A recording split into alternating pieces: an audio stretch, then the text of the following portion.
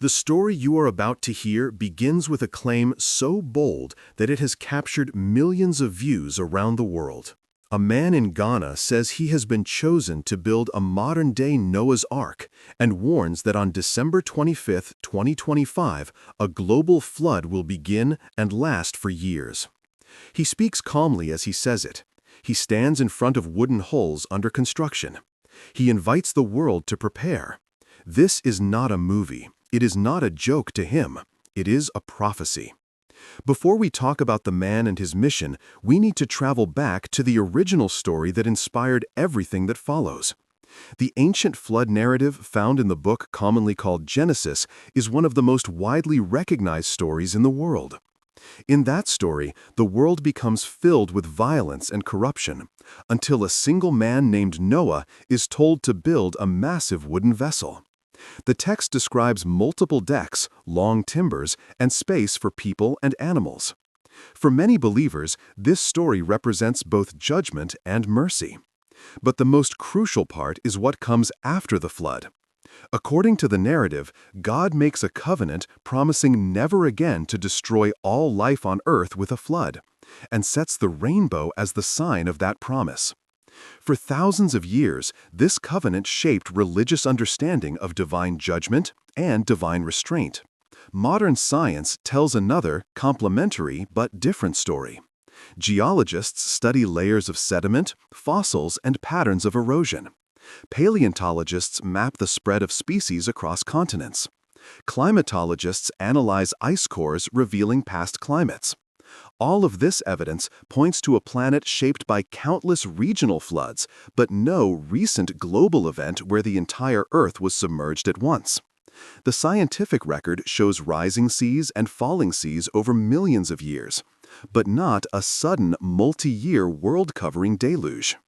These two perspectives, the theological and scientific, both assert that another global flood is not expected. Against that backdrop rises the voice of a man who says the opposite is coming soon.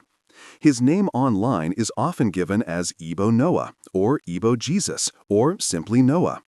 The first videos featuring him began spreading widely in mid-2025. In them, he appears standing near wooden structures that resemble boats. He speaks in a local language while others add English narration or subtitles for global audiences. The tone of these videos is serious and prophetic.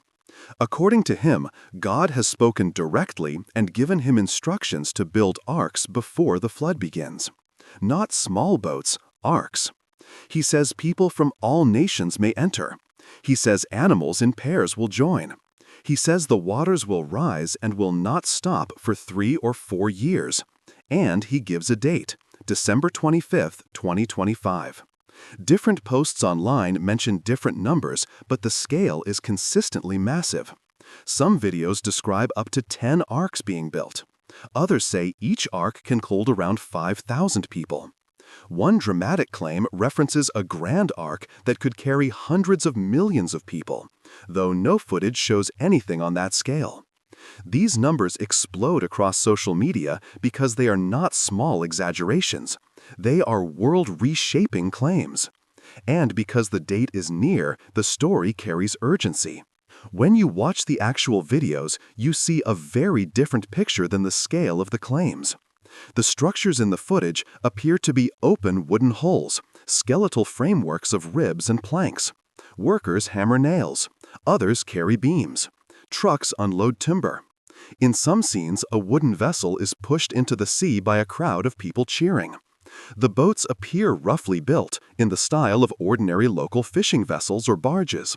No enclosed decks, no sealed walls, no multi-level construction resembling the ark described in ancient texts. No machinery, no evidence of systems needed to support thousands of people for years. No visible preparations for storing food, water, medicine, or waste. In short, the footage shows wood and labor, but not the infrastructure of a world-saving vessel. Editors often add solemn music, dramatic clouds, and serious voiceovers. These additions give the footage a prophetic mood. But if you mute the audio and look closely, you see ordinary woodwork, not engineering for a global extinction event. There are no satellite images of a huge shipyard, no interviews with independent inspectors, no documentation of the animals allegedly gathering. Everything visible is small compared to the scale of what is claimed. And the gap between what is said and what is said is the central tension of this entire story. When people question the prophecy, they start with theology. Many believers who take Scripture seriously ask how a modern prophecy can describe a global flood when the ancient covenant says there will never be one again. Some say the covenant was symbolic. Others argue that if a prophecy contradicts the covenant, then it cannot be divine. This debate is not from skeptics alone. It is a debate happening inside religious communities among people who value Scripture deeply. The idea of a new global flood raises a direct contradiction they cannot ignore. Then comes the scientific analysis. For a global flood to occur, water levels would need to rise far above the tallest mountains. Current understanding of ocean volume, atmospheric moisture, and the water cycle does not allow for such an event. Climate science warns about rising seas, storms, droughts, and regional disasters, but nothing close to a planet-wide multi-year submersion. If such an event were possible, there would be early signs in meteorological data, oceanic measurements, and climate models. None exist. And no scientific or governmental body has issued any prediction remotely resembling the claim made in these videos. The logistics of the supposed arks also face practical barriers. A vessel holding 5,000 people must meet engineering standards far beyond simple carpentry. It must withstand storms, provide stable power, maintain food and water supplies, handle waste, and protect against disease. The structures in the videos do not show any of these features. For a vessel claiming to carry hundreds of millions, the engineering challenge goes beyond the abilities of any nation on Earth today. It would require materials and technologies not yet invented and resources beyond comprehension. Yet, online claims show nothing more than local wooden construction. The mismatch between the magnitude of the prophecy and the reality in the videos grows with every detail inspected. So, why do millions watch these clips? Why do some believe while others mock? The answer is in the nature of digital virality. Content that triggers strong feelings spreads faster than calm information. A prophecy about the end of the world triggers fear, awe, confusion, hope, and entertainment all at once. Algorithms detect high engagement and amplify it. People share because they are shocked, curious, or amused. Comment sections turn into chaotic theaters where belief and skepticism collide. Some ask for a seat on the ark. Some joke about Wi-Fi and charging ports. Some quote Scripture to defend the prophecy. Others use Scripture to attack it. Still others use science to debunk it. These competing voices create a storm of attention that feeds the algorithm again and again. The modern world also adds another factor. Many people feel that something is wrong with the planet. Extreme weather events increase. News about climate change becomes more alarming each year. Economies shake. Pandemics leave scars. In such an atmosphere, stories about a coming flood feel symbolically truthful, even when they are literally impossible. Apocalyptic narratives resonate because they give shape to formless fear. When life feels unstable, a story about a divine reset or a catastrophic cleansing can feel emotionally coherent, even without evidence. This is why the Gaianan Ark prophecy matters. It is not only a cultural curiosity, it is a window into how modern people interpret ancient fears and ancient hopes in a digital world. When a prophecy appears online, it becomes part of a global conversation regardless of whether it has any evidence behind it. Some treat it as entertainment, others as a warning, others as a scam. The important thing is that millions engage with it and shape their worldview around how they respond to it. And that response can follow people into real-life decisions. As the videos spread, viewers began asking deeper questions. Has any independent reporter visited the site? Is there verifiable footage of the full scale of the boats? Where are the animals? How many workers are involved? Who funds the construction? Some tried to find coordinates of the building site using clues in the footage. Others compared boat designs to regional fishing boats to estimate size. Many noticed inconsistencies in narration between clips. None of these investigations produced evidence of anything remotely close to a vessel meant for thousands. But the lack of evidence did not slow the virality, because viral stories run on emotion, not verification. In some parts of the world, religious leaders commented that such prophecies often emerge during periods of uncertainty. They pointed to previous doomsday predictions across history that failed repeatedly. There were predictions for the year 1000 tied to medieval apocalyptic expectations. Predictions in the 1800s involving specific dates for the end of the world. Predictions in 1999 and 2000 involving technology fears. Predictions in 2012 tied to the Mayan calendar. None came true. Yet each prediction gained followers, because fear and uncertainty make people hungry for explanations. A narrative that provides an absolute answer, even a frightening one, can feel comforting compared to the chaos of uncertainty. Some psychologists explain this phenomenon using concepts like pattern seeking and agency detection. Humans evolved to look for meaning and intention behind events. When life feels unstable, we search harder for patterns. A prophecy about a flood can feel like a pattern that explains everything going wrong in the world. But the same psychological tendencies can make people vulnerable to misinformation, especially when combined with charismatic messaging and dramatic storytelling. The Ghanaian Ark story also highlights how easily viewers trust visuals. A video of a man building a large wooden structure can feel compelling, even if the structure is ordinary. The framing of the shot, the pacing, the music, the narration all work together to generate a specific emotional response.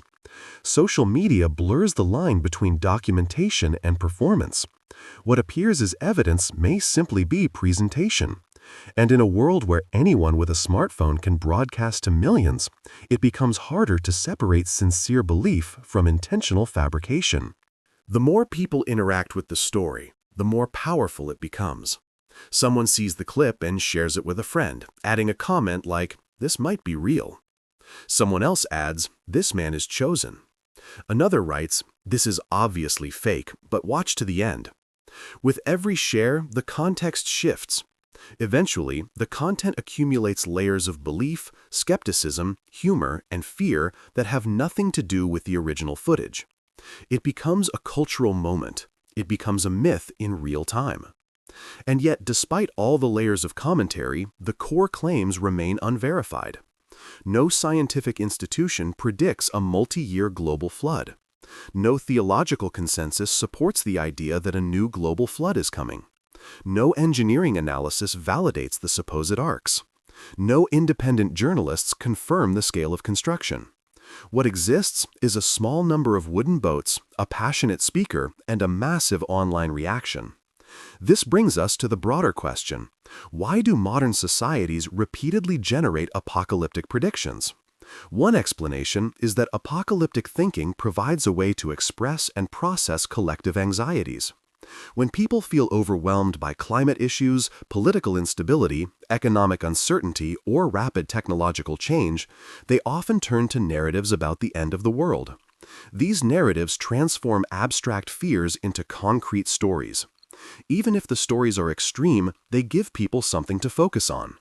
Another explanation is that apocalyptic messages offer a sense of moral clarity. They divide the world into those who are prepared and those who are not, those who listen and those who refuse.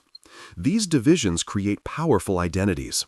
Being part of the believing group can feel meaningful, especially if the message suggests that most of the world is blind or unprepared. This feeling of special insight can be emotionally rewarding, even when the belief is based on unverified claims. There is also the possibility of exploitation. Throughout history, some individuals have used apocalyptic predictions to gain followers, money, or influence. The Ghanaian Ark videos do not show clear evidence of exploitation, but the risk always exists when one person claims exclusive divine knowledge about a catastrophic event. Vulnerable people may donate money, abandon responsibilities, or make drastic decisions based on fear. This is why critical thinking and verification matter so deeply. When we evaluate the Ghanaian prophecy, we return again to the same issue: evidence. Does the footage show a vessel capable of housing thousands for years? No. Do scientific models allow for a global multi-year flood beginning at a specific date? No. Does the ancient covenant allow for another world-destroying flood? Most believers say no. Does the prophecy provide independently verifiable proof? Not yet. Without evidence, extraordinary claims remain extraordinary claims. But the story continues to spread because it lives at the intersection of faith, fear, spectacle, and confusion. These four forces are the engines of digital virality. When they combine, they generate a momentum that facts alone cannot easily stop. People are not only sharing information, they are sharing emotions, they are sharing identity, they are sharing a lens through which to interpret the world. What happens next depends on how viewers respond. Some will dismiss the prophecy and move on. Some will panic. Some will use it as a symbol for broader environmental fears. Some will follow the builder as a spiritual figure. Some will debunk. Some will investigate. Most will simply watch because the story is captivating. It is a modern echo of an ancient myth unfolding in real time. But at some point, we must ask the practical question. If someone claims that a catastrophic world event will begin on a specific date, what responsibility do they have to provide evidence? And what responsibility do viewers have to demand it? Prophecies can be powerful, but power without accountability can cause harm. This is why careful analysis matters, not to attack belief, but to protect people from acting on unverified claims. The Ghanaian Ark story gives us a chance to practice that analysis. We can acknowledge the sincerity of the builder. We can acknowledge the emotional impact of the prophecy. We can acknowledge the beauty of the ancient story that inspired it. But we can also acknowledge the absence of evidence, the contradictions with theology, and the impossibility within science. Holding all of these truths at once is what mature reasoning looks like in the modern world. As we move toward the predicted date, the online attention will likely grow. More videos will appear. More speculation will circulate. Some people will insist the signs are everywhere. Some will create new interpretations. But through all of that, one principle remains stable. Extraordinary predictions require extraordinary evidence. Without that evidence, the wise response is not fear or ridicule, but thoughtful caution. And that brings us to the closing reflection. For thousands of years, humans have told stories about floods, rebirth, and divine warning. These stories remind us that the world can be fragile and that life requires care. They also remind us that fear is a powerful storyteller. When a new flood prophecy appears, it taps into ancient memory. But our task in the present is to balance ancient memory with modern understanding. We can respect tradition without suspending reason. We can value faith without abandoning evidence. We can feel the pull of myth without mistaking it for meteorology. The Ghanaian builder may genuinely believe his mission is real. The people who follow the story may genuinely feel concern. But genuine belief does not replace verification. The footage shows boats, but not arcs of salvation. The science shows changing climate, but not an incoming world ocean. The theology shows a covenant, not a new deluge. With all these pieces together, the picture becomes clear.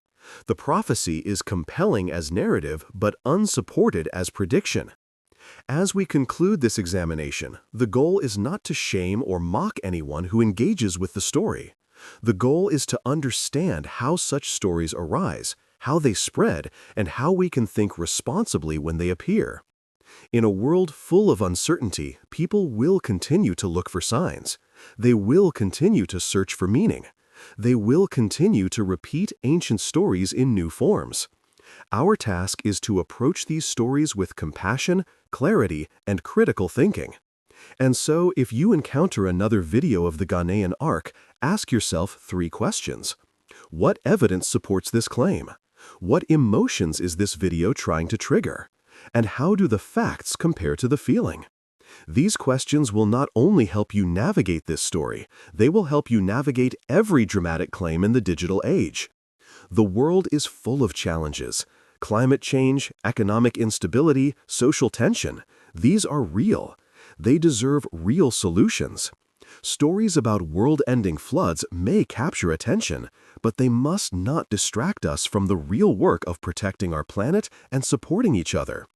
The ancient flood story teaches that life is precious. Our responsibility now is to preserve that life through action, not through fear.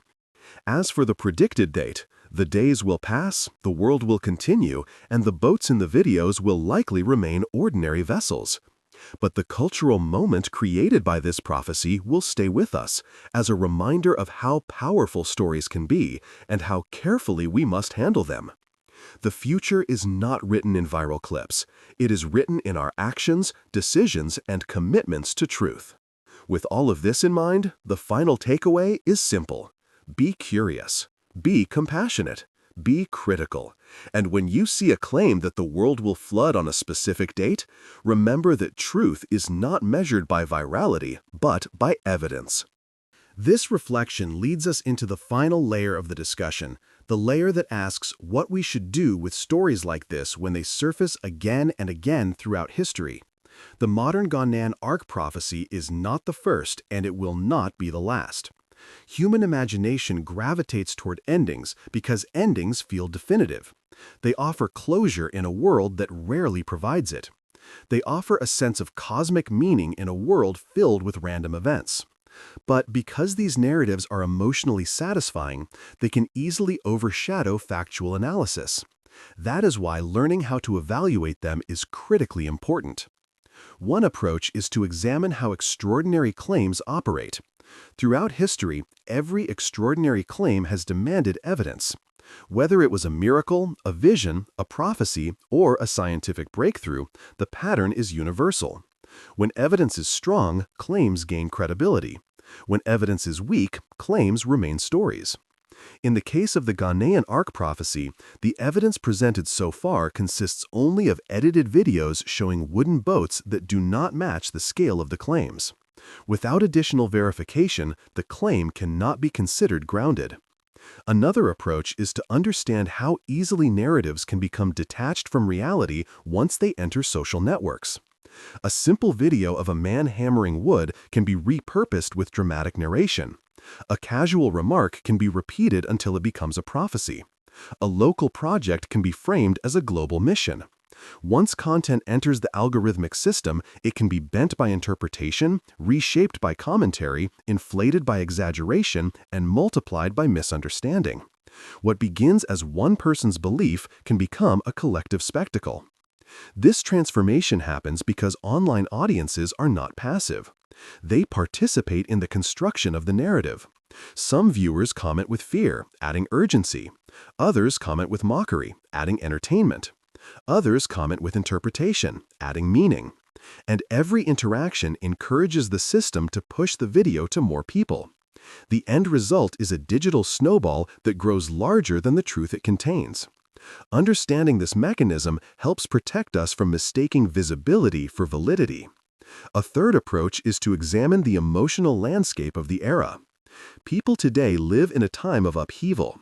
Technology evolves rapidly. Economies shift unpredictably. Climate conditions grow more extreme. Social divisions widen. Under these conditions, many feel a sense of instability. Predictions of disaster resonate because they give shape to that feeling.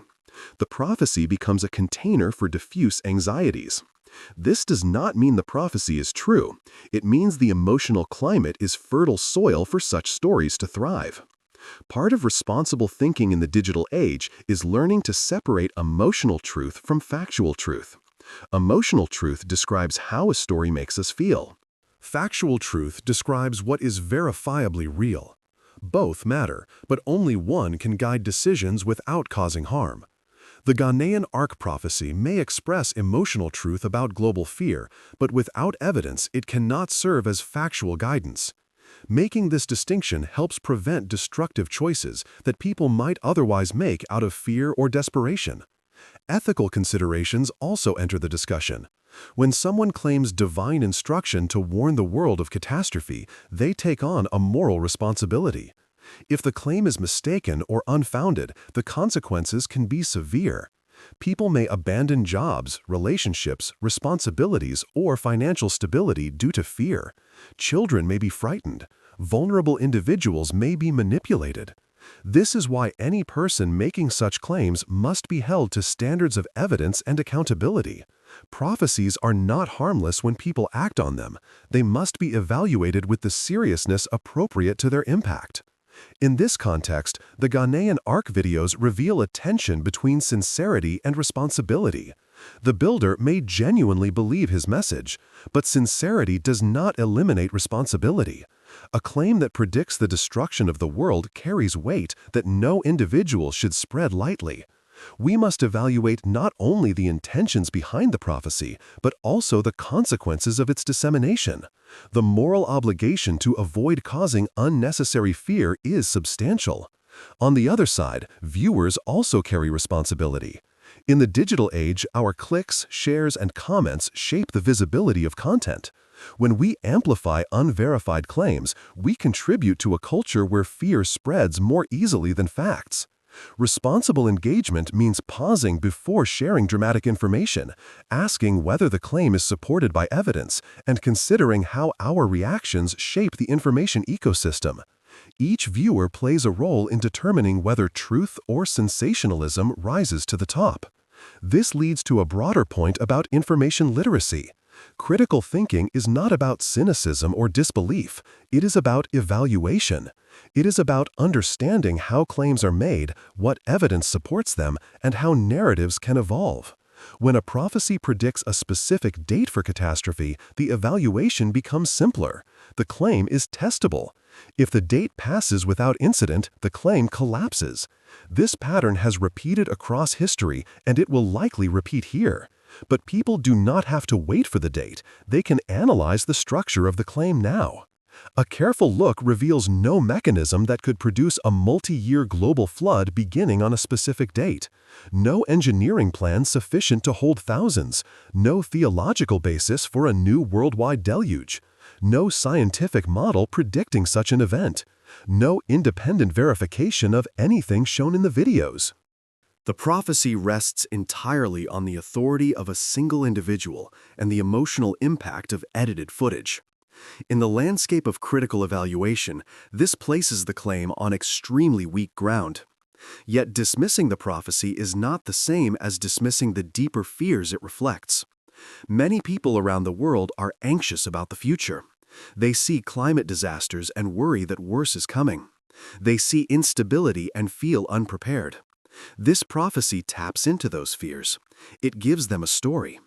Part of engaging compassionately with such narratives is acknowledging the fears beneath them. Those fears deserve real solutions, not prophetic performances. Addressing real environmental concerns requires scientific action. Addressing social instability requires political wisdom. Addressing personal fear requires community support and mental resilience. None of these needs are met by unverified predictions of catastrophe. When people feel overwhelmed, they deserve evidence-based guidance, not apocalyptic theatrics. Understanding this helps redirect attention from spectacle to substance. Another important perspective is that this story reflects the global reach of local narratives. A small coastal construction project in Ghana can become a worldwide phenomenon because digital platforms have erased the boundaries between local and global. This is both empowering and dangerous. It allows important voices to be heard, but also allows unverified claims to spread rapidly. In this case, the result is a global conversation about a prediction that has no evidence behind it. The speed and scale of that conversation show how vital critical reasoning has become. The Ghanaian Ark saga also highlights the role of storytelling in modern culture. Humans are natural storytellers. We understand the world through narrative. A man building an ark evokes an archetype deeply embedded in cultural memory. This archetype makes the story compelling even when the details do not hold up under scrutiny. The narrative feels familiar, it feels meaningful. But familiarity must not substitute for verification. Stories can illuminate truth, but they can also obscure it. When evaluating a story like this one, we must examine motives, methods, and impacts. The motive may be sincere belief or misguided certainty. The method is visual storytelling amplified through platforms. The impact includes global attention, widespread emotion, and potential harm. Understanding all three helps us situate this prophecy within a broader pattern. Ultimately, what we see in the Ghanaian Ark prophecy is a convergence of ancient symbolism and modern technology. Wooden boats evoke antiquity. Viral videos evoke modernity. Together, they create an illusion of timeless urgency. This illusion is powerful but fragile. It dissolves under evidence. And when it dissolves, we are left with the deeper question of why it was compelling in the first place. That question brings us to the heart of the matter. People are not drawn to this prophecy because it is plausible. They are drawn to it because it speaks to fears they already have. It offers a dramatic narrative that gives those fears structure. But the same fears can be addressed in healthier ways, through knowledge, community, preparation for real risks, and engagement with genuine issues. Understanding this can help individuals resist the pull of apocalyptic claims. As we move toward a close, let us return to the original imagery. A man standing beside wooden beams, workers hammering planks, a camera capturing the scene, a voice warning of a coming flood. This imagery is powerful because it echoes a myth known for millennia. But when we examine the beams up close, they do not reveal an ark of salvation. They reveal a construction project of ordinary scale. When we examine the prophecy up close, it does not reveal a blueprint for survival. It reveals a story framed for virality. Our task then is not to silence the story, but to contextualize it, to see it for what it is. A modern retelling of an ancient fear, shaped by digital platforms. A story that captures attention without substance. A narrative that grows through emotion, not evidence. Recognizing this allows us to appreciate the story's cultural significance while avoiding its pitfalls. In the end, the most important lesson of this entire phenomenon is that stories are powerful and must be engaged with wisely. The flood narrative in ancient texts teaches that life is precious, that humans are capable of both destruction and renewal. But the modern reinterpretation must be handled with reason. A prophecy without evidence is a story. A story without verification must not dictate real-world decisions. The line between myth and reality must remain clear no matter how dramatic the presentation may be. The prophecy of a global flood beginning on December 25, 2025, will pass into the archive of failed predictions like so many before it. The wooden boats will remain as local vessels. The fear will fade, but the lesson will remain. Modern audiences must learn to evaluate extraordinary claims with both empathy and critical judgment. This is the balance required in a world where information moves faster than truth. In closing, let this story remind us not of destruction, but of discernment, not of fear, but of wisdom, not of impending doom, but of the necessity of evidence, community, and thoughtful reflection. The world will continue with its challenges and opportunities. Our role is to face them grounded in reality, guided by compassion, and strengthened by understanding.